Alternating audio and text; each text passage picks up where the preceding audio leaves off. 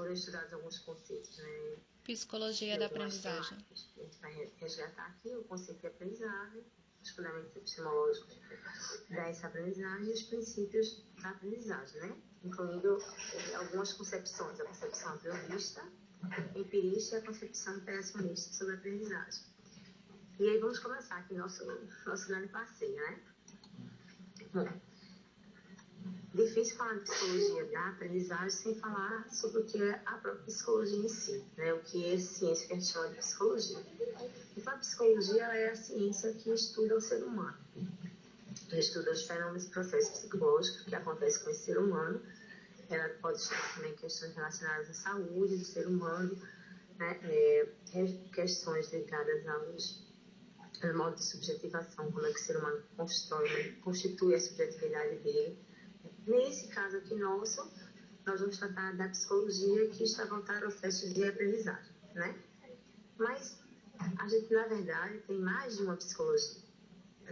No dia a dia, a gente usa muito a psicologia que a gente chama do senso comum, né? O que é isso? Quando a gente encontra alguém que tem um jeitinho para escutar o outro, né? Que tem paciência e que é uma pessoa mais compreensiva, a gente geralmente diz assim, olha, fulano de tal parece um psicólogo, né? Porque ele tem essas características que para um psicólogo é importante, quer dizer, saber se comunicar, saber ouvir e ter uma boa capacidade de compreensão, de se colocar no lugar do outro. Mas a psicologia que a gente vai tratar aqui é a psicologia científica. Então, é a psicologia que ela é pautada em pesquisa, né, no conhecimento que está sendo construído com base em pesquisas, observação, entrevistas e estudos teóricos. Essa psicologia científica ela se divide em áreas, como a psicologia da saúde, a psicologia organizacional, a psicologia da educação. E uma dessas áreas é a psicologia da aprendizagem, que é exatamente o que a gente vai focar aqui na disciplina, né? Então, o que essa psicologia da aprendizagem estuda? Ela estuda os processos de aprendizagem. Estuda como ocorre essa aprendizagem, como é que o sujeito aprende, né? Como é que ele compreende e constrói o conhecimento dele. Ao mesmo tempo, estuda também, né? Como é que se ensina e como é que se dá a relação entre aprendiz, né? E professor, como é que o sujeito se relaciona com o próprio conteúdo que ele está estudando. Então, são vários aspectos relacionados a essa aprendizagem. Mas, para compreender a psicologia da aprendizagem na atualidade, é importante que a gente compreenda também as bases epistemológicas das aprendizagens, né? Ou seja, o que foi se construindo, né, em conceitos e sobre aprendizagem, como é que as concepções de aprendizagem, porque esses conceitos e essas concepções, elas vão impactar sobre práticas, né? Então, a aprendizagem é um processo contínuo, a gente não tem fim, a gente aprende sempre, o tempo todo, né? E não está restrito também ao espaço de sala de aula, a gente aprende com a vida, no dia a dia. Ela provoca mudanças de comportamento, né? E o ser humano, ele possui uma capacidade que é muito interessante, que faz uma diferença muito grande entre ele e os outros seres, né? Os outros animais, que é a capacidade de registrar, né? O domínio sobre técnicas e a capacidade de pensar sobre si mesmo e sobre o contexto que ele está inserido. Então, ele possui uma consciência, né? Uma condição de pensar e repensar sobre como ele está agindo, o próprio comportamento e esse contexto maior que ele faz parte, né? O ser humano também cria, né? Ele cria instrumentos, ele cria ferramentas, né? Ele desenvolve tecnologias e isso vai sendo também fazendo parte do dia a dia dele, né? Como é que ele consegue fazer essas criações, né? Ter essas construções? Exatamente pela questão da aprendizagem. Então, ele vai, como uma forma de se adaptar a esse ambiente, ele vai adquirindo, né? Conhecimentos, ele vai tentando transformar um pouco esse mundo da forma que ele gostaria que ele fosse, né? Só que essa aprendizagem, ela não acontece só em função dos processos internos que são vivenciados pelo ser humano, né? A aprendizagem, ela sofre diretamente a influência da cultura e também a influência do contexto social, econômico e político que o ser humano está inserido. Então, é um processo psicológico, né? Estudar pela psicologia, pela educação, é um processo psicológico, mas ele envolve também questões afetivas, como envolve questões cognitivas, ligadas à aquisição do conhecimento, mas a relação que a pessoa estabelece com o conhecimento e a relação que ela estabelece com o professor, com o próprio ambiente que ela está inserida, também vão ter impactos, né, sobre a questão da aprendizagem. E aí, por que se torna importante estudar as bases epistemológicas dessa aprendizagem? Né? Porque a aprendizagem ela vem sendo estudada desde a Grécia Antiga, né? Então existe uma preocupação do ser humano em entender a forma como o conhecimento vem sendo construído, né? Então como ele se origina e como ele vai sendo construído. Ao mesmo tempo, a forma como o ser humano constrói o conhecimento, ela impacta sobre ele mesmo, o que ele pensa de si, como ele se percebe, né? Impacta também sobre a construção dele, né? E sobre a forma como ele exerce algumas práticas. Então, a concepção de quem tem de educação, de aprendizagem, de aprendiz, ele vai impactando sobre as formas de conhecimento, sobre as formas como a gente constrói esse conhecimento, né? Como o ser humano avalia o conhecimento, como o ser humano ensina, né? Como é que a gente aprende, tudo isso está envolvido nessa questão. E a epistemologia é exatamente o ramo da ciência que vai estudar a construção do conhecimento desde a origem, então, onde esse conhecimento se origina e como é que ele foi sendo construído ao longo do tempo, né? Para a gente entender um pouquinho melhor, a gente vai voltar lá para a Grécia, né? A Grécia é considerada o berço da pedagogia.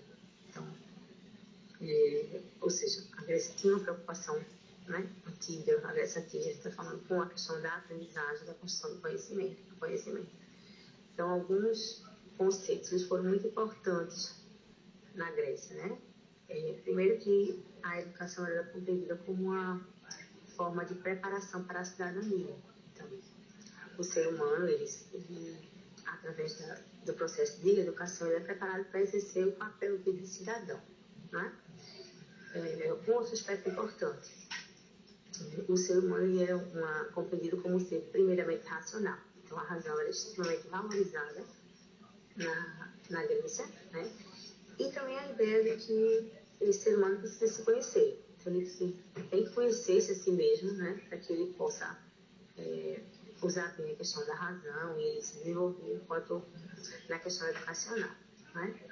Mas, na própria Grécia, a gente tinha concepções diferentes sobre a questão da educação, né? Um ponto importante é que a liberdade da organização da sociedade grega, né, ela estimulava os aspectos da personalidade. Então, o desenvolvimento de alguns aspectos da personalidade, melhor dizendo, né? Acho de expressão, o valor individual, né? Cada um se sendo valorizado por isso daí. E essa liberdade, ela conduziu ao progresso e a uma educação liberal. Então, uma educação que era pautada na questão da liberdade de expressão e de valorização dessa liberdade, né? E aí a gente vai ver o quê?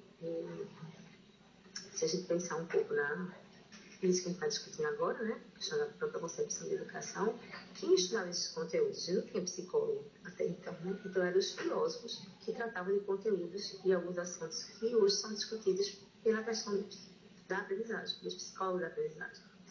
Então, se discutia o papel do professor nesse processo de ensino, o que cabe a esse professor, né? Os métodos de ensino. Então, de que forma, que metodologia era utilizada para poder ensinar, né, aos alunos, a natureza do processo de aprendizagem, que processo é esse, como é que acontece, como é que ele se dá, né? E o papel do afeto. Então, o afeto já era compreendido, né? A questão da afetividade, ou seja, que se dá pelas relações que se estabelece, como algo que é importante nos processos de aprendizagem. Então, essas temáticas todas que a gente discute hoje eram discutidas no outro momento, só que por meio da filosofia. Era a filosofia que fazia essa discussão, né? E aí eu vou trazer agora a concepção de alguns filósofos, né? E a forma como eles lidavam, assim, os métodos de ensino que eram praticados, né? Então, Sócrates, ele trabalhava com o método dialético, né? Então, ele usava o diálogo com os alunos para poder parir as ideias, né? Então, ele desenvolveu a maiútica, que em grego significa parto, né? E através dessas perguntas que ele fazia aos alunos, ele ia guiando os alunos em busca ou melhor, guiando os ouvintes em busca dessa verdade, que é o conhecimento, né? E ele estudou temáticas como a virtude, o amor, então a gente não tinha um conteúdo assim fechado, né? Esse mestre, né? No caso, Sócrates, esse professor, ele ia trazendo conteúdos que não tinham currículo exatamente a ser seguido, né? Mas e através desse diálogo, os alunos iam trazendo à tona a construção do conhecimento deles, né? Bom, um outro filósofo importantíssimo foi Platão, né? Platão, ele tratava que ele era um racionalista, então acreditava que era por meio da razão que se dá a construção do conhecimento, né?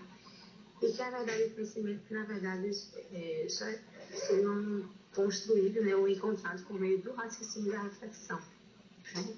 A ideia de Platão é que o ser humano já nasceu com esse conhecimento já estaria com ele, mas através da reflexão e do raciocínio, ele poderia ser trazido à tona, né? Ele poderia ser encontrado, na verdade. Então, Platão valorizava muito a questão da razão. Aristóteles, que é um outro filósofo de grande importância, ele acreditava que o conhecimento é adquirido pelas experiências vividas, né? Nos ambientes que o ser humano está inserido. Então, vamos lá. Platão trazia a questão da razão, da reflexão, do pensamento, como forma de encontrar esse conhecimento que o ser humano já traz com ele. Aristóteles está dizendo que esse conhecimento vai ser construído a partir da experiência, né? Então, ele era empirista, ele acreditava que a aprendizagem se dá a partir da associação de ideias, né?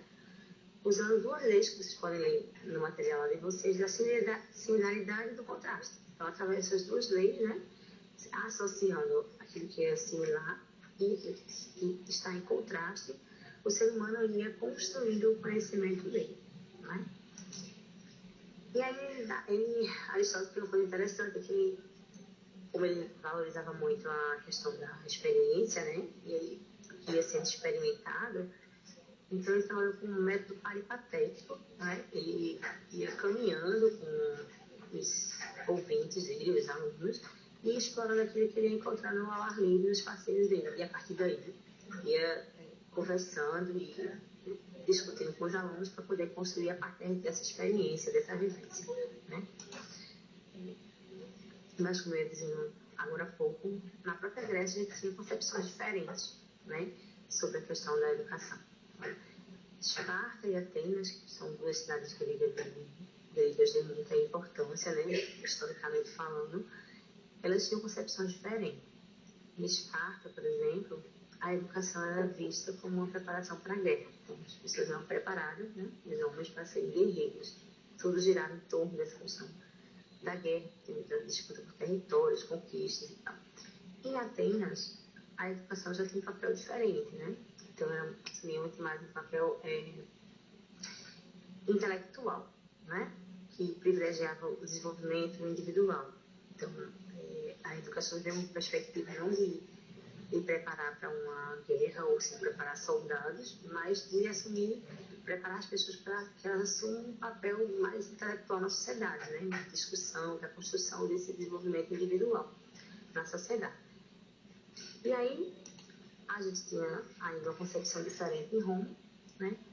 Onde a educação já era voltada para a questão de formar cidadãos. Então, cidadãos com base em quê? Né? Com base no que os cidadãos poderiam oferecer à sociedade. Então, quais seriam as contribuições práticas que eles trariam para a sociedade. Então, a gente vê que a vocação é um aspecto extremamente importante, né? A educação romana, ela era mais ou menos uma forma de treinamento em relação ao exercício da vocação. Então, qual é a vocação? Vamos treinar para aquela vocação. Nesse ideal romano de educação, ele vem principalmente com base na concepção de direitos e deveres, né? Então, a gente vê que a cidadania é um aspecto importante, que o cidadão conheça os direitos e os deveres é importante para que ele possa ter uma contribuição interessante para a sociedade e que ele possa ofertar a vocação dele da melhor forma possível. Então, pensando nessa construção aí desse social. E a gente vai ter uma educação que não ficou só na Grécia, né? Então, eu vou dar um salto aqui rápido, passando para a Idade Média, onde ele começou a ter uma situação bem diferente, que aí as igrejas e os monastérios passaram a ser lugares onde as pessoas recebiam educação. Então, as pessoas iam para os monastérios, né, e para as igrejas para que elas fossem educadas. Então, os padres, né, eles começaram a assumir um lugar de muita importância aí nesse papel educacional. E eram eles que transmitiam o conhecimento às populações, né? Então, cabia à igreja fazer essa transmissão desse conhecimento. Claro que na Idade Média a gente tem a concepção de educação que a gente tem hoje, né? Então, quando surgiram as primeiras universidades, e elas surgiram na França, na Inglaterra e na Itália, né? O que significa você aprender? A aprendizagem consistia basicamente em memorizar e recitar. Então, a memória era um processo psicológico extremamente explorado, né? E as primeiras universidades surgiram exatamente nas escolas cristãs ou monásticas. Mas aí é importante a gente registrar que a aprendizagem estava restrita ou era supervalorizada a questão da memorização. Então, se você aprendeu algum conteúdo, você é capaz de repetir aquele conteúdo. Então, ele tem que ser repetido muitas vezes para poder mostrar que você entendeu. E repetido exatamente como você ouviu. Né? Então, não teria aquele espaço de criação de novas ideias, de discussão como a gente trabalha hoje. Né? E aí, com o Renascimento, lá entre os séculos XV e XVII, a gente começa a ter uma resgate da concepção grega de educação. E aí vem toda uma estimulação para que seja explorado aquilo que foi construído, né, culturalmente na antiguidade. Então, vamos resgatar algumas questões daquele outro período, né, e a ideia de que o conhecimento deveria ser alcançado pela razão. Então, é a razão que vai possibilitar o alcance do conhecimento. Então, a razão, o pensamento, a reflexão, ela passa a ser supervalorizada novamente, né? E aí a gente vem ver concepções diferentes de aprendizagem, né? E como eu disse antes, que vão impactar em práticas diferentes. Então, uma das concepções é pautada na questão da razão, que é o racionalismo, né? Então, o racionalismo entende que a razão é o único modo adequado e completo para saber. Então, a razão, né? Ela é a forma como a gente aprende através da razão. E o conhecimento considerado verdadeiro, ou seja, o que é de fato, o que deve ser explorado, né? Ele vai sendo construído também tem origem no que é racional, né? Mas tem outra concepção, que é a concepção empirista, né? Já comecei a dizer lá atrás um pouquinho que Aristóteles trabalhava com base no empirismo. Então, nessa concepção empirista, ela tem dizer diferente, que o conhecimento se define pela experiência. Então, o ser humano nasce como uma tábua rasa, né? John Locke é o autor que usa essa expressão a princípio, o filósofo, e ele vai dizer que o conhecimento ele é limitado às experiências vivenciadas. Então, aquilo que o ser humano vai vivenciando é que vai possibilitando a construção desse conhecimento, né? E nessa perspectiva empirista, a aprendizagem ocorre por tentativa e erro. Então, é a experimentação ou a experiência que vai possibilitar que se desenvolva esse processo de aprendizagem, né? Mas empiristas e racionalistas, eles concordam em algumas questões, né? Primeiro, que está aí com essas duas concepções, né? Muito forte a preocupação com o problema do conhecimento, o que é o conhecimento e como ele se constrói, né? Mas um outro aspecto importante é que existe uma ligação muito forte, né, dessas duas concepções, empirista e racionalista, com as ciências exatas e naturais. Então, com o que a gente compreende como ciência, com base nessas duas áreas de construção do conhecimento, né? E se a gente for pensar, por exemplo, na psicologia, que é muito mais subjetiva, então a psicologia, como ela iria ser compreendida como ciência nessas duas perspectivas, não é? Então a gente teria uma dificuldade muito grande aí de encaixar como ciência natural e ciência exata, porque não é. E empiristas e racionalistas, eles têm ainda, né, uma outra ideia aí, que é o racionalismo é uma operação mental, né? Então um processo que acontece internamente no sujeito, né? É discursivo e lógico. Enquanto o empirismo acredita nas experiências como a fonte principal, né, formadora de ideias. Então, discordando da noção de ideias inatas. né, o racionalista, a ideia é a pessoa nasce com o conhecimento e a gente vai desbravar, ou seja, fazer esse conhecimento aparecer, vamos colocar assim. Enquanto o empirista vai dizer, não, esse conhecimento vai sendo construído através da interação com esse ambiente e das experiências que o sujeito vai adquirindo ao longo da vida dele, né? E aí a gente tem 3 grandes vertentes teóricas da aprendizagem que foram estudadas na unidade 1, né?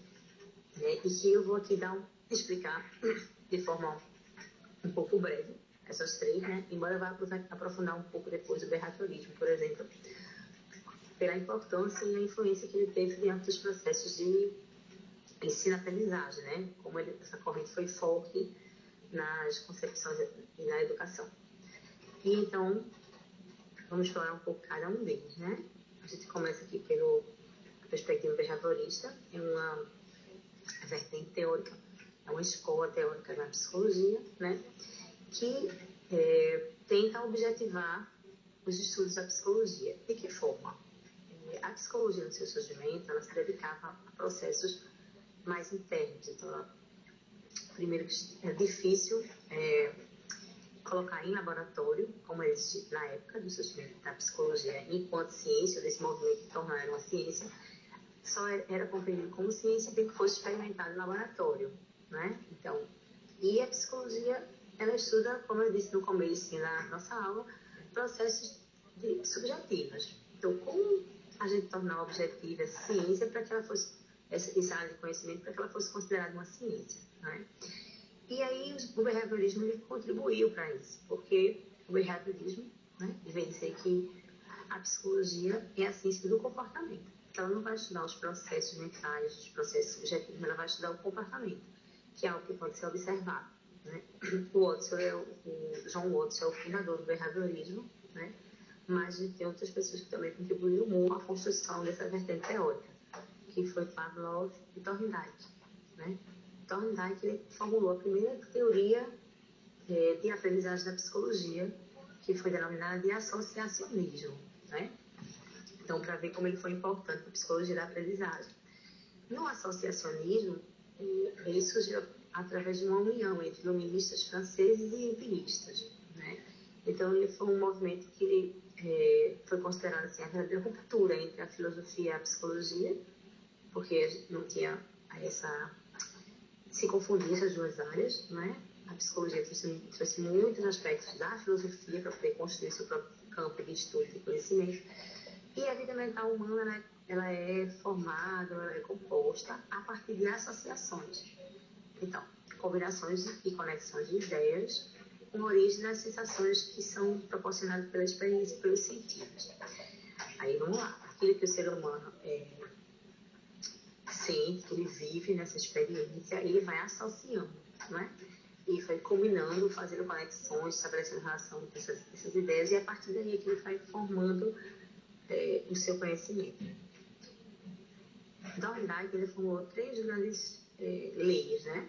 Que ele fala de como funciona esse associacionismo. A lei do efeito. Então, as ações que têm resultados agradáveis para o animal, as que têm resultado positivo, né? Agradável, que são boas para o animal, incluindo o ser humano, elas tendem a se repetir, né? E aquelas que são desagradáveis, que trazem resultados difíceis, repulsivos, penosos, vamos colocar assim, elas tendem a desaparecer. Então, a lei do efeito dependendo do efeito do que vai acontecer, né? A gente pode buscar repetir aquele comportamento ou evitar ele a partir daí, né? Um outro aspecto é a lei do exercício, os autores da lei do exercício e lei de prontidão. A do exercício é a ideia de que a repetição torna mais provável que os alunos forneçam respostas corretas. Então, você repetir aquela atividade, né, fazer novamente aquele exercício vai ajudar a fazer de forma correta. E a lei da prontidão é a ideia de que o organismo precisa estar pronto para estabelecer a conexão entre os estímulos e respostas. Então, existe uma maturação, uma condição que esse organismo precisa ter para que ele possa estabelecer essa relação, né? Essa concepção de educação ficou conhecida, muito conhecida como conectivismo. Vamos lá. terminando Thorndike, mas vamos voltar um pouquinho aqui para ver Pavlov, né? O que Pavlov fez que contribuiu com o behaviorismo. Ele desenvolveu estudos com animais e ele criou a teoria dos reflexos condicionados. Né? O que é isso? Ele fez um estudo com cães, né? E ele coletou a saliva dos cães, colocou eles num lugar isolado, né? Uma espécie de caixa fechada, e ele ofertava alimento, né? Quando ele mostrava o alimento, o cão começava a salivar. E aí ele foi associando, ou seja, ele foi fazendo uma associação de estímulos, né? Apresentando o alimento e um som de uma campainha junto. E aí, quando isso passou a se repetir várias vezes, né? A repetição desse experimento, então provocava, quando tocava a campainha, mesmo sem o alimento disponível para o animal, ele começava a salivar. Então, Pavlov, ele fez o que? Ele associou esses dois estímulos e ele criou a teoria dos reflexos condicionados, né? Porque ele estava estudando o reflexo da salivação do animal. Como eu disse, o Watson ele fundou o behaviorismo, né? E o Watson ele acreditava que os animais são máquinas muito complexas, né? E que respondem a estímulos e podem ser condicionados através das experiências. E aí ele fez, o que o Watson fez? Ele se inspirou nos estudos realizados por Pavlov, né? E usou os princípios que ele tinha desenvolvido, as ideias dele, mas ele foi aplicar ao comportamento humano. E aí ele fez vários estudos, não é?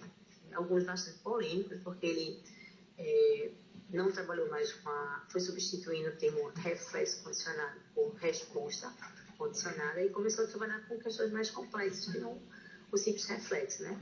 Ele entendia que o comportamento do ser humano ele é mais complexo que o comportamento animal, né?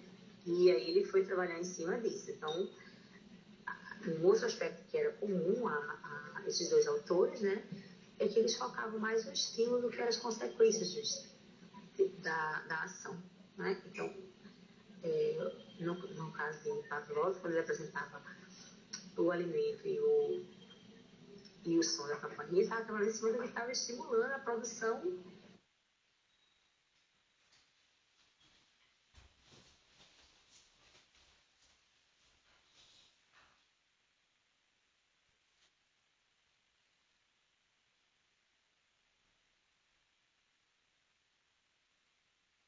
Da saliva do animal, né?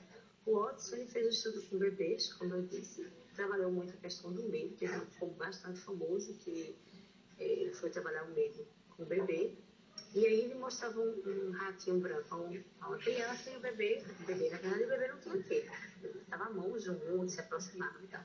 E ele começou a associar um som muito forte junto a a apresentação do animal. O animal vinha e vinha um som forte junto, e esse som assustava o bebê. Então o bebê começou a ficar com medo, né?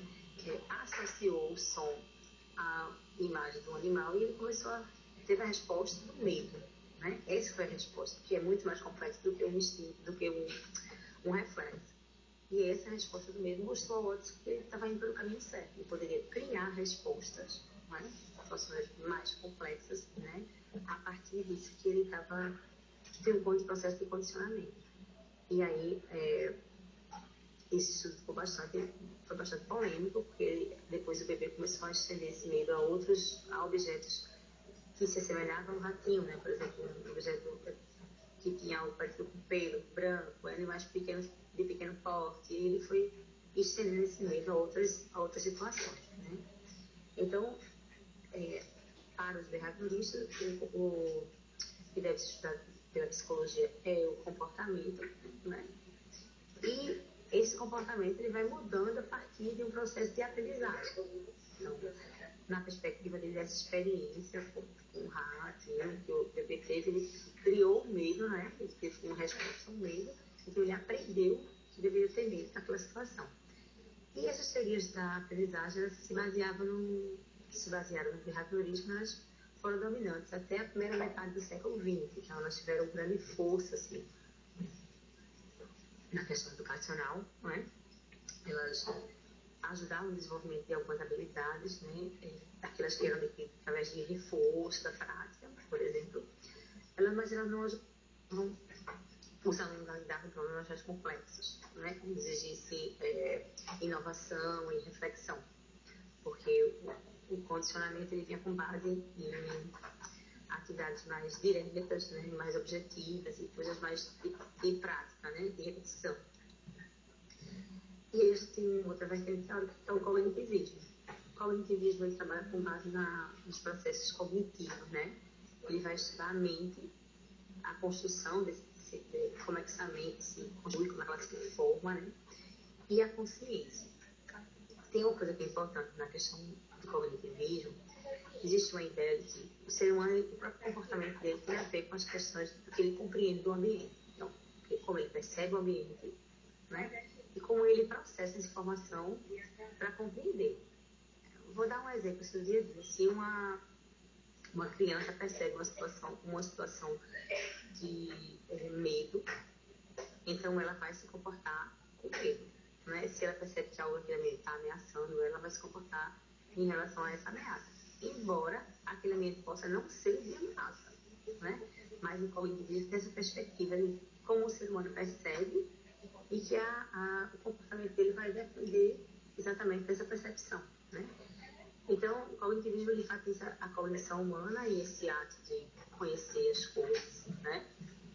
E ele se preocupa com os processos mentais. Que processos são esses? A questão da percepção, o pensamento, né? E o processamento das informações que o ser humano recebe do ambiente, né?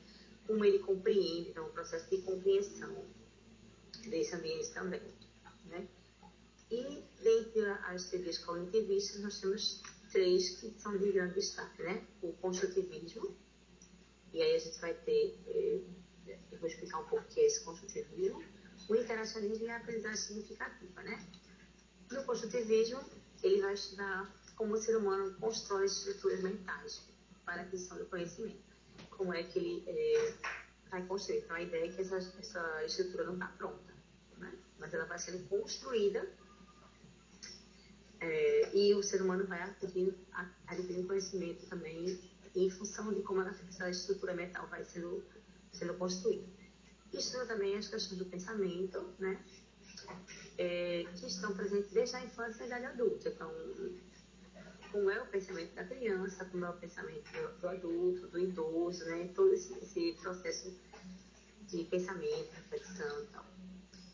E aí, nessa perspectiva do construtivismo, né, existe um estímulo muito grande para que o aluno participe ativamente do processo de aprendizagem. Eu vou fazer uma comparação com o behaviorismo. Tá? O behaviorismo, ele tinha a ideia behaviorista é que, como o ser humano aprende por condicionamento, então esse processo de aprendizagem precisa ser controlado. Né? E quem controla esse processo é o professor. O professor ele vai controlar o que o aluno aprende, como aprende, o momento, ele vai planejar de forma bem completa esse processo de aprendizagem, né, para que ele aconteça de forma adequada. Na perspectiva construtivista, o aluno ele sai desse lugar passivo no processo de aprendizagem e ele passa a ser um lugar mais ativo. Quer dizer, ele é também responsável, né, ou ele é o principal agente desse processo de construção do conhecimento. Né? Então, é importante que o aluno, no caso, ele seja estimulado a pensar sobre aquilo que ele está aprendendo, né? Uma perspectiva bem interessante é que o erro faz parte do processo. O erro não é visto como uma coisa negativa, né? A compreensão é que o aluno ele precisa errar para que depois ele acerte, mais ou menos isso. Se ele errar, é natural que ele erre, né? Ele faz parte desse momento de aprendizagem. E o construtivismo tem a reflexão como algo que é fundamental no processo de construção do conhecimento. Então, a gente aprende aquilo que a gente se arrisca, aquilo que a gente pensa, né, que interage com o ambiente. Então, a reflexão, né, ela passa a ser algo essencial nesse processo de construção, diferente da perspectiva behaviorista. Né? Uma outra corrente, ou outra forma de pensar, né, dentro da perspectiva cognitivista, é a aprendizagem significativa. Né? Essa perspectiva se caracteriza pela interação entre conhecimentos prévios e conhecimentos novos, quer dizer, a forma como a pessoa vai ressignificando ou redefinindo, né, aquilo que ela conhece. Então, nessa interação entre os conhecimentos novos, né, e os conhecimentos antigos, né, acho que vai dando significados, né, o indivíduo vai dando significados diferentes aos conhecimentos prévios. E aí, ele vai dando novo significado, ele vai tendo maior estabilidade cognitiva, quer dizer, vai cristalizando, fortalecendo aquela forma de compreender a situação, de compreender aquilo que está sendo estudado naquele momento, né? Então, essa aprendizagem significativa, ela vem da ideia de que eu não tenho um conhecimento que está finalizado, né? Eu vou reconstruindo a partir da interação com esse ambiente. E, para a gente terminar aqui, os serviços cognitivistas, tem o interacionismo, né? Que aí é uma concepção diferente da aprendizagem, de que essa aprendizagem vai se dar na interação, então ela é centrada na interação do sujeito com o ambiente, não é? E os contextos histórico, social e cultural, eles são extremamente importantes para esse processo de aprendizagem, porque se é na interação, então são os processos internos e o que está acontecendo no ambiente que estão nesse encontro, né? E aí a gente depende diretamente do que está acontecendo à nossa volta. Por isso que a gente estou ressaltando a questão do contexto histórico, o contexto social e cultural, não é? Porque eles vão interagir no processo de aprendizagem. E aí, claro, o interacionismo ele considera a interpretação, né? Eu falei no começo, as teorias cognitivistas elas vão se basear do que o sujeito compreende, né? O que ele percebe, o que ele compreende, quer dizer, como ele internaliza aquilo que ele está vivenciando ali. E aí, a interpretação é que vai ser importante diante das interações, né? Os conhecimentos prévios e os conhecimentos novos. E os conceitos científicos eles são formulados a partir de conceitos do cotidiano. Então, aquilo que o sujeito traz, o conhecimento dele, da vida, então ele vai entrando em contato com as novas situações e aí, a partir daí ele vai construindo esses conhecimentos. Então, o aluno ele sai desse lugar de passividade e ele passa a ser um lugar também que não é só de sector passivo no processo educacional, ele passa a agir ativamente na construção desse conhecimento, né? Tá? Semelhante à perspectiva construtivista. Ainda o aluno passa na concepção interacionista, né? Então o aluno passa a construir seus conceitos e a relação com o ambiente que está à sua volta, com as pessoas e tal. E o educador ele não teria como objetivo o controle, né, desse processo, mas o objetivo dele seria motivar e apoiar os alunos na construção desse conhecimento. Ele fica muito mais como uma pessoa que está estimulando, que está criando meios para que os alunos descubram, né, e ressignifiquem aquilo que eles estão vivendo. Então, o aluno precisa viver e interagir com o ambiente na sua volta, né, aí, numa perspectiva de curiosidade, de querer conhecer também, isso é importante. E o conhecimento mediado ele é construído exatamente na interação social. Então, o professor, né, o educador estaria nesse lugar que vai favorecer essa interação do sujeito com o ambiente. E aí eu tenho ainda 3 grandes concepções de aprendizagem que são importantes para a gente fechar a unidade 1, né? Que a gente fechando o nosso conteúdo. A concepção a priorista, né? Onde o ser humano já nasce pronto, já nasce com conhecimento, e o meio ele não interfere no processo cognitivo, né? Então o professor é só um auxiliar do aluno, ajudando na organização desse conhecimento, né? Que o aluno já possui, na verdade. E o professor ele deve interferir o mínimo possível, intervir o mínimo possível nesse processo de conhecimento, né? Ele vai só auxiliar para que o aluno perceba aquilo que ele já tem de conhecimento, ou possível que ele está com ele. A concepção empirista, que, como eu disse no começo, John Locke é o grande representante dessa concepção, né? Ele vai de encontro à ideia de conhecimento inato, né? Na perspectiva desse filósofo, ele vai dizer que o ser humano ele nasce como uma tábula rasa, né? Então, o conhecimento vem do ambiente, das experiências que vai ser vivenciada nesse ambiente, né? Então, que ele vai experienciar ali, que vai definir o conhecimento. Bom, e aí a gente vai chegando aqui na unidade 2. Vamos lá, tem alguns conteúdos aqui que a gente precisa dar conta, a gente está preocupada com o tempo, né? Que eu falo muito. Vamos lá. E aí, na unidade 2, a gente vai ter que aprofundar alguma discussão aqui sobre o behaviorismo e as implicações educacionais, né? Ver as ideias de Piaget sobre o processo de desenvolvimento da criança e a construção do conhecimento e um pouco da pedagogia crítica de Paulo Freire, como Paulo Freire lida com a educação e com o processo de ensino e aprendizagem, né? Vamos começar aqui pelo behaviorismo. Eu não vou me estender muito no behaviorismo, porque a gente já viu muitos aspectos aí, né? Que o objeto de estudo da psicologia é o comportamento, então a gente vai ficar ligado aqui, atento a trabalhar com aquilo que é observado, melhor dizendo, né? O Watson, que foi o fundador, ele, de acordo com ele, determinados estímulos levarão o organismo ou a pessoa a determinadas respostas, então a gente poderia direcionar essa resposta a partir do controle dos estímulos, né? E de acordo com o Watson, o organismo se ajusta ao ambiente através de mecanismos inatos, né? E esses mecanismos inatos, eles produzem atos.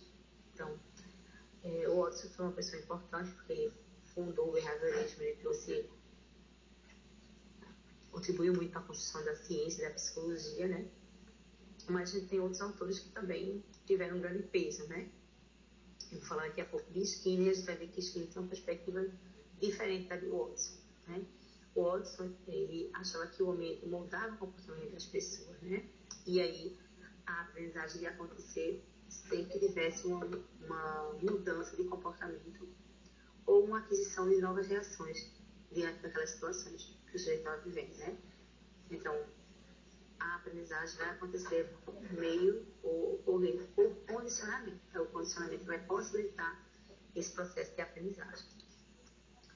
E aí, eu tinha falado de Pavlov, né, com o condicionamento clássico, que aí, quando ele fala da questão da importância de você, como é que você pode associar estímulos, né, e criar um reflexo condicionado. Isso ele fala na unidade 1. E o Watson substituiu o reflexo condicionado pela resposta condicionada, né? Que aí foi quando os estudos, como ele disse, foram muitos estudos que ele realizou, né? Mas para mostrar que não é só o reflexo que pode ser a resposta, que pode ser dado um trabalho em cima de um estímulo, mas uma resposta, como o medo, a aprendizagem de questões mais complexas do comportamento. E aí a gente tem as ideias de Skinner. Skinner foi uma pessoa muito importante, assim, para o behaviorismo, né? Porque Skinner ele era um cara visionário, assim, ele acreditava que o ser humano a gente poderia moldar o comportamento do ser humano, né? Modelar esse comportamento, melhor dizendo. E através dessa modelagem seria possível criar uma sociedade melhor, né? E achando que era possível ter esse controle sobre o comportamento das pessoas, né? E aí ele criou o behaviorismo radical, né, que procurou entender o comportamento em função das relações entre o ambiente, né, a história de vida do indivíduo e a história da evolução das espécies. Então, ele achava que relacionando, né, esses três aspectos, o ambiente, a história de vida do indivíduo e a filogenética, ele poderia entender melhor o comportamento, e lidar com esse comportamento, né, e construir os comportamentos que eles julgassem necessários e importantes para a sociedade. E é isso que ele fez muitos experimentos, né? Como Pavlov, ele fez experimentos com animais, ele criou a chamada caixa de Skinner, ele era um cara que gostava muito de criar coisas, né? Ele foi trazendo essas criações para dentro do laboratório, e foi uma forma de valorizar muito a questão da psicologia, né? Através do uso desse laboratório, da experiência do laboratório. E ele fez experimentos com pombos e ratos, né? Para mostrar que esses animais eles poderiam também aprender através de condicionamento, né? E aprender não só a questão do reflexo, né? Não é só lidar com reflexo, mas com comportamentos ou com aprendizados mais complexos. Então, nessa caixa, né, chamada caixa de Skinner, ele fez experimento com pombos e aí colocou o pombo nessa caixa, né, isolada, uma espécie de gaiola, só que fechadinha, ele ficava lá. E num determinado lugar dessa gaiola era ofertado alimento, né? Então, só que esse alimento ele era ofertado a partir do momento que o pombo começava a se aproximar do comportamento que era esperar. O que Skinner queria? Que ele apertasse uma alavanca lá, determinada alavanca. E aí, ele, quando o pombo se direcionava para esse lugar que estava a alavanca, ele ofertava a comida, ele ia lá e pegava. E cada comportamento que fosse mais próximo daquele que era desejado, até ele chegar e bater lá num determinado lugar para o alimento descer, né? Uma alavanca assim para o alimento descer, ele ia premiando com o alimento. E chega um momento que o animal aprende, né? Que ele empurrando ali sai o alimento. Ele começa a ir direto no lugar, apertar para o alimento aparecer para ele.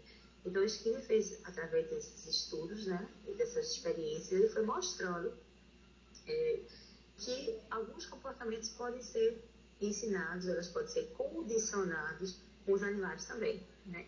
Na faculdade de psicologia, por exemplo, né, a gente faz experimentos com ratinhos.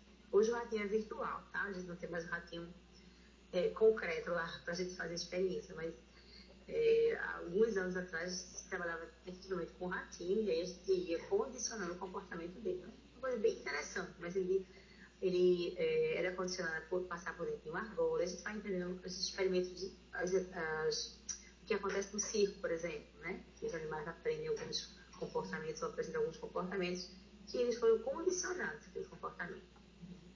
Mas Skinner achava que o ser humano, né, embora bem mais complexo do que o animal, esse funcionamento, ele poderia também ser condicionado no seu comportamento. Né? E aí ele foi estendendo esses conceitos e os estudos dele para esse ser humano. E ele criou o chamado condicionamento operante. Né? No condicionamento operante, o que ele queria ver não era exatamente o estímulo que estimulava o comportamento, mas os comportamentos que eram guiados pela consequência, quer dizer, pela expectativa, que pode ser uma recompensa ou uma punição. Então, aqueles comportamentos que podem ser premiados, vamos colocar assim, né, que a pessoa vai receber uma recompensa, eles tendem a ser repetidos. Né? Aí vem as ideias lá de Thorndike, de novo, voltando aí à tona. E aqueles comportamentos que são desagradáveis, que representam uma punição, esses tendem a ser evitados. Né?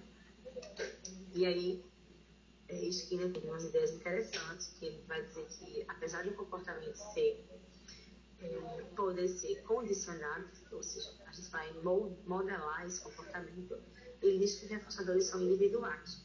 Então, o que isso significa dizer? Né? Que cada ser humano tem seu próprio ritmo e cada ser humano tem as coisas que valoriza. Então, é importante que quem está trabalhando com esse condicionamento compreenda, né, que as pessoas vão dar sentidos e valor diferente aos reforçadores. Então, de repente, algo que é importante para mim pode não ser, pode ser reforçador para mim, pode ser reforçador para Patrícia, né, que é a nossa tutora aí. Pode ser que Patrícia não ache interessante aquele reforço, não é? Para ela não ter sentido, não seja uma coisa de valor. Mas para mim, né, que sou uma ou outra pessoa, que tem outras características individuais, que tem outro ritmo e tal, eu posso valorizar aquele reforçador. Para a gente traduzir um pouquinho melhor isso, o que isso quer dizer em termos de educação, né? Que o professor precisa estar atento às diferenças individuais para poder trabalhar em cima dos reforços de acordo com cada aluno. Então, eu não posso ter perspectiva simplesmente coletiva, algo que eu vou aplicar e todos vão me dar a mesma resposta. Eu não vou ter isso. Eu preciso estar em questões individuais, né? E aí, um outro aspecto dessa escola behaviorista, né, e da aprendizagem que é importante é que o aluno ele é passivo no processo. Então, aí a gente vai ter uma questão. Onde fica a reflexão, a capacidade de repensar as questões. O aluno ele dá uma resposta de aprendizagem que é por condicionamento, né? Ele é passivo no processo e o professor é que vai ter todo o controle da situação de aprendizagem, né? Diferente do que estava discutindo na perspectiva construtivista, interacionista e tal. Aqui ele está dizendo que é o professor que controla o processo e é o professor que distribui as recompensas e também as punições, né? Então o aluno está ali passivo nesse processo. E de acordo com o Skinner, né? E defendia a ideia de que aprender deveria ser um processo prazeroso, né? Devia ser agradável. Então, é importante para quem está na condução desse processo de ensino-aprendizagem poder dar essa conotação de algo que é prazeroso, que é agradável, que é divertido, mas que a pessoa se sinta bem naquele processo de aprendizagem. Né? Isso vai ajudar, de acordo com a perspectiva de destino. E ele ainda vai dizer que deveria acontecer de forma gradual. Então, não é interessante colocar tudo de uma vez, porque a pessoa dê conta daquele conteúdo, né? Super conteúdo lá. Então, vamos aos poucos, trabalhando de maneira gradual, para que esse conteúdo vá se consolidando, né? A pessoa vai aprendendo. O professor deve criar um ambiente que favoreça e permita a aprendizagem. Então, nessa perspectiva behaviorista, o professor é super exigido, né? Fica mais ou menos tudo na mão dele. Então, ele tem que planejar o processo de forma cuidadosa, para que o resultado seja o condicionamento, né, funcione, ou seja, a pessoa aprenda de fato aquilo que ela precisa aprender. Cabe ao professor fazer esse planejamento minucioso até, né? Subdividir alguns comportamentos em comportamentos menores ou etapas para poder trabalhar esse condicionamento. Ao mesmo tempo, o professor precisa conhecer o aluno, né, para que ele possa direcionar as recompensas de acordo com as expectativas daquela pessoa, né, que ela busca, e o jeito dela e o ritmo dela. E ainda cabe ao professor também administrar a questão da punição e da recompensa. Então, esse professor tem si um trabalho muito grande, né, na perspectiva de que a responsabilidade fica toda praticamente na mão dele. E o aluno ele é passivo nesse processo, como eu já falei antes. Né? E a gente tem um autor que é interacionista, numa perspectiva bem diferente da questão da aprendizagem, que é Piaget. Né? Piaget ele vai defender a ideia que existe uma continuidade entre os processos cognitivos e os processos biológicos. Né? Então, ele vai dizer que existe os processos, esse processo cognitivo, ou melhor, essa estrutura cognitiva, ela não está definida a princípio, ela vai se desenvolvendo a partir da interação, né, com o ambiente.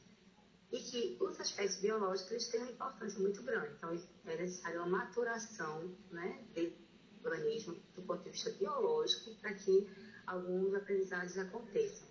Então, a Piaget vai falar muito dessa questão de a gente respeitar o estado de desenvolvimento que a criança está vivenciando, né? Esse estágio, eu não posso queimar etapas, como a gente fala. Então, a criança se desenvolve em estágios, esses estágios precisam ser respeitados no processo de aprendizagem, porque ela só vai aprender aquilo que ela tiver condições de absorver. É como você querer ensinar para uma criança muito pequena, né, a questão da imaginação. A imagina para ela. Ela não consegue ainda saber o que é imaginação. A gente faz de conta para uma criança muito pequena, menor de 2 anos, ela não consegue fazer de conta. Para ela é tudo concreto. Então, o que está acontecendo ali na cabeça dela é o que está acontecendo fora da cabeça dela. Não sei se vocês estão me entendendo, mas assim, ela não separa fantasia de realidade. Né? Ela não consegue ainda entender que tem coisas que ela imaginou, ou que ela sonhou, e que não aconteceram concretamente. Para ela, tudo é concreto. Então, o que a gente vai dizer que a gente não deveria queimar essas etapas de desenvolvimento. A gente tem que respeitar, conhecer e respeitar esses estágios para que o aprendizado se dê de forma adequada. Né? E aí, Piaget fala que esses estágios de desenvolvimento, eles acompanham essa maturação que eu tinha falado, do ponto de vista também biológico, né? E o desenvolvimento, ele vai acontecer nessa interação. Então, interação de quê, né? Os fatores internos e externos. O que o ser humano vivencia internamente, a condição que ele tem biológica, de lidar com algumas situações, né? E o externo. Então, a interação vai também ajudando no desenvolvimento dessa estrutura mental, né? Aí ele vai se opor à abordagem natista e à abordagem ambientalista. Ele vai dizer que a gente não nasce com esse conhecimento, mas também vai dizer que não é só o ambiente que constrói esse conhecimento, mas é na interação, né, do interno com o externo que esse conhecimento vai sendo construído. Bom, e aí quais são os estágios que Piaget fala, né? Ele fala de 4 estágios de desenvolvimento. E, assim, a gente coloca que, claro, uma idade, mas essa idade ela não é, fechada, não é definitiva, né? O primeiro estágio é o sensório motor, que ele vai até os 2 anos de idade, aproximadamente, né? E literatura diz até 1 ano e 8 meses, até 1 ano e 10 meses, assim, aproximadamente. Esse estágio não é fechado. Pode ser que alguém, esse estágio se encerre um pouquinho antes desses 2 anos, mas geralmente em torno de 2. E nesse primeiro estágio, vejam, vamos lá, o nome que ele dá, sensório motor. Então, a sensação e o movimento, né, ele é extremamente importante. A criança ela vai se dissociando aos pouquinhos das ações mais reflexionadas, não é? E vai adquirir ações mais aperfeiçoadas e precisas, né, onde ela tem intencionalidade. Vamos lá, às vezes ela está uma criança, um bebezinho, a gente vê que ele tem um movimento, né? Ele fica se mexendo o tempo todo. Aí, às vezes, ele bate alguma coisa e, de repente, ele agarra. Ele não teve a intenção de agarrar. Ele bateu nesse movimento que ele faz reflexo, né? Bateu e aí segurou. Mas ele não fez o movimento de tirar a mão dele daquele lugar, esticar o bracinho e pegar intencionalmente aquele objeto. Isso vai chegando aos poucos, né? Então, a criança vai se apropriando do universo que está no entorno dela, através da percepção, do sentido, né? E do movimento. Por isso que a gente já quer pegar, tudo ela pega, né? Aperta e tal, para poder experimentar isso. É a sensação que está atuando aí, a questão do motor. E se desenvolve por meio das ações concretas, né? Aí a gente vai desenvolvendo o quê? Noções de tempo, de espaço e causalidade. Quer dizer, causa e efeito. Se eu fizer isso, vai acontecer aquilo. Ela vai aos poucos construindo isso, como a ideia de tempo e de espaço, né? Tem o ontem, o hoje, né? O amanhã, essa questão temporal. E também é o espaço. A princípio, quando a mãe desaparece da visão da criança, ela acha que a mãe sumiu para sempre, né? E quando ela volta, leva aquele grande susto. Então, é como se só existisse aquele momento. Ali desapareceu, não existe mais, voltou a existir na hora que aparece, né? A criança, nesse estágio, é bastante concreta.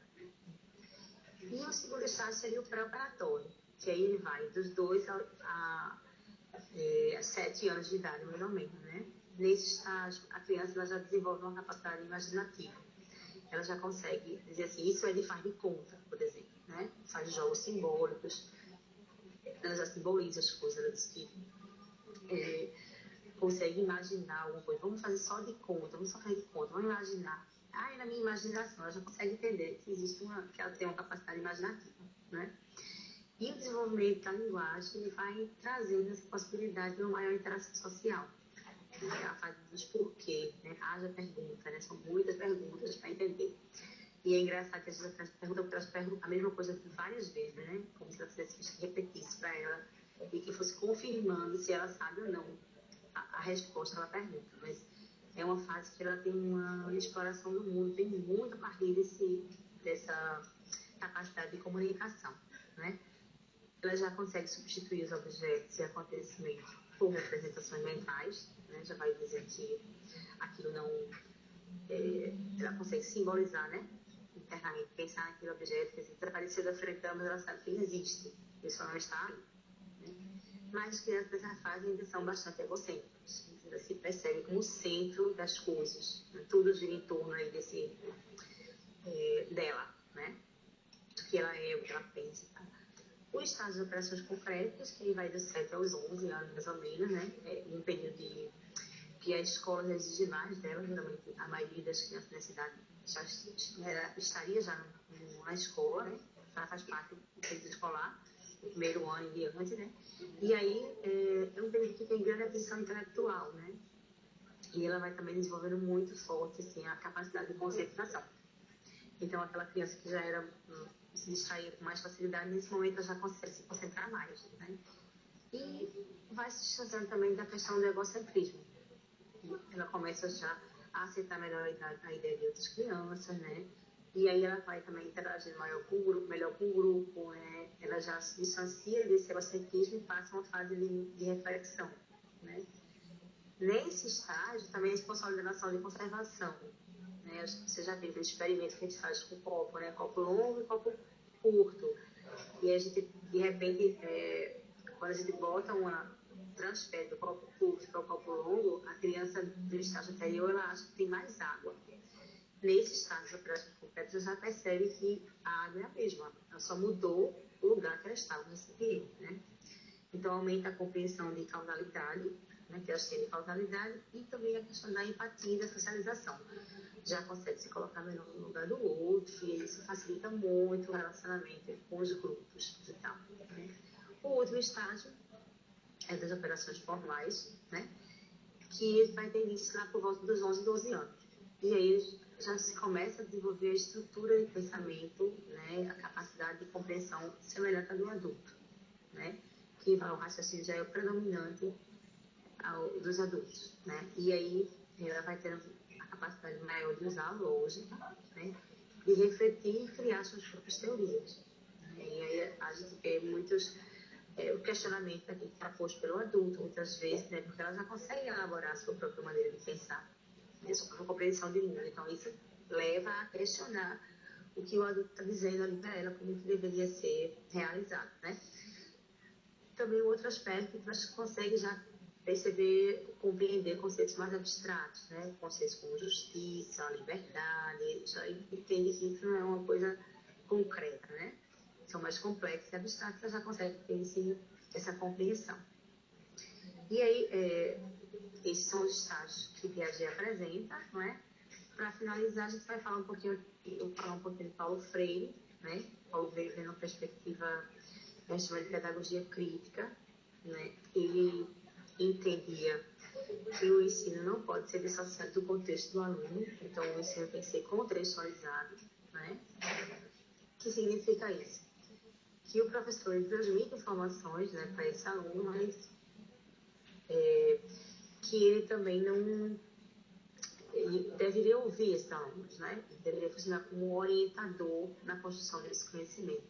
Então, Paulo Freire ele ficou famoso assim, mundialmente, né? Era um método que ele criou, a pedagogia que ele se aproximava da realidade do aluno para poder ajudar ele a construir conhecimento, né? Então, ao invés de usar, por exemplo, um processo de alfabetização de palavras que para aquele aluno não teria sentido, ele ia buscar o vocabulário local, daquela região, e trabalhava alfabetizando através das palavras que eram conhecidas, ou que eram comuns daquela realidade, né? Fazia um levantamento dessas palavras, né?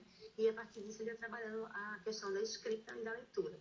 Diferente do que a gente era praticado na maioria das escolas na época, onde a gente via uma preocupação muito mais em ensinar, mas a partir de cartilhas que já vinham prontas, né? Não a partir da realidade do aluno. E aí ele vai dizer ainda que o educador tem um papel político de conscientizar, né? Que é através da conscientização que o aluno pode se libertar, né? Para poder pensar e ter consciência do que ele enfrenta ali na realidade dele, e ele vai construir conhecimento a partir daí. Então, Paulo Freire coloca o professor num lugar diferente, que era colocado, por exemplo, pelo behaviorismo, né? O professor tem que se aproximar desse aluno e ser um facilitador desse processo de conscientização, né? Para que esse aluno possa pensar a própria vida dele e as situações que ele enfrenta no cotidiano, e que esse processo de conhecimento tem um sentido para ele, porque ele vai entendendo que a realidade dele fica mais clara para ele mesmo a partir daí, né? Então, Paulo Freire trabalha com as palavras geradoras, e aí a partir daí ele vai ele levanta o universo vocabulário daquela comunidade, né? Levantava, né? Melhor dizendo, e criava as palavras geradoras, essas palavras que eram mais significativas, mais comuns daquela realidade, ele trabalhando a partir dessas palavras do processo de alfabetização, né? Então, foi uma pessoa extremamente importante para a educação no nosso país e no mundo. Bom, e aí acho que a gente está chegando ao final. Né? Corri bastante, com medo de não dar tempo. Vou confessar que deu um carreirão bem grande agora no final, né? Mas estou aqui disponível. Se vocês tiverem alguma questão, né? Alguma coisa que não ficou clara, a gente possa trocar nesse momento.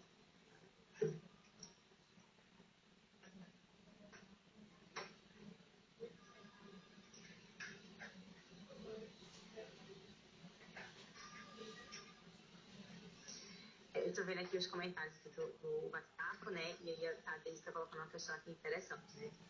Que as pessoas racionais não devem ser condicionadas, né? Só os animais, assim, racionais. Na verdade, assim, a gente não tem como é que eu vou dizer assim? Não é que não possa ser condicionado. O ser humano também ele pode ser condicionado. Mas esse não é o método mais aceito no processo educativo hoje. A gente tem uma valorização muito hoje da construção, do conhecimento, numa perspectiva mais de reflexão, não é? Porque quando a gente, essa aprendizagem se dá por condicionamento, o que vai acontecer? Ela vai ter um efeito mais sobre as questões mais práticas, não é? Mas o ser humano ele não vai ser estimulado ao pensamento.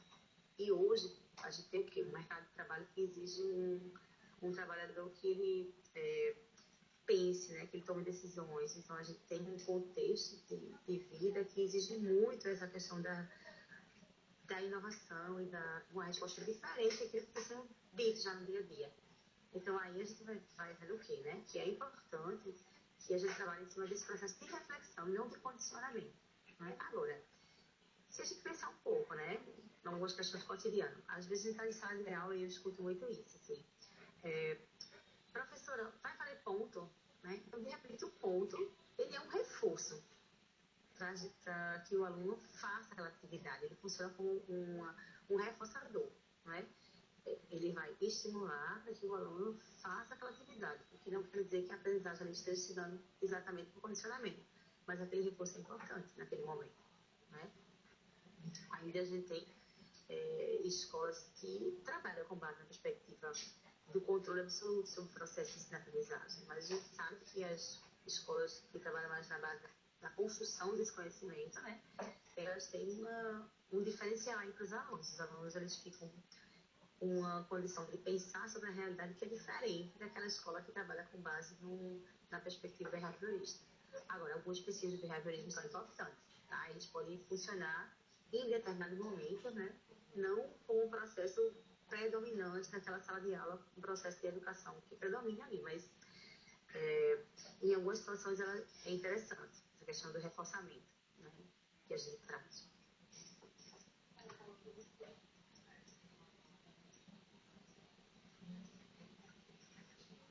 Tem alguma questão? Patrícia, tem alguma questão?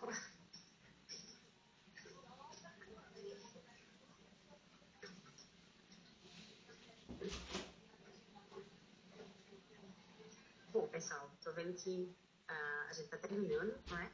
E aí, qualquer coisa, vocês, se houver alguma dúvida, vocês encaminham aí via o tutor e aí a Patrícia vai ajudar. Qualquer coisa, na próxima webconferência eu retomo algum assunto que não ficou legal, tá bom? Então, até a nossa próxima aula.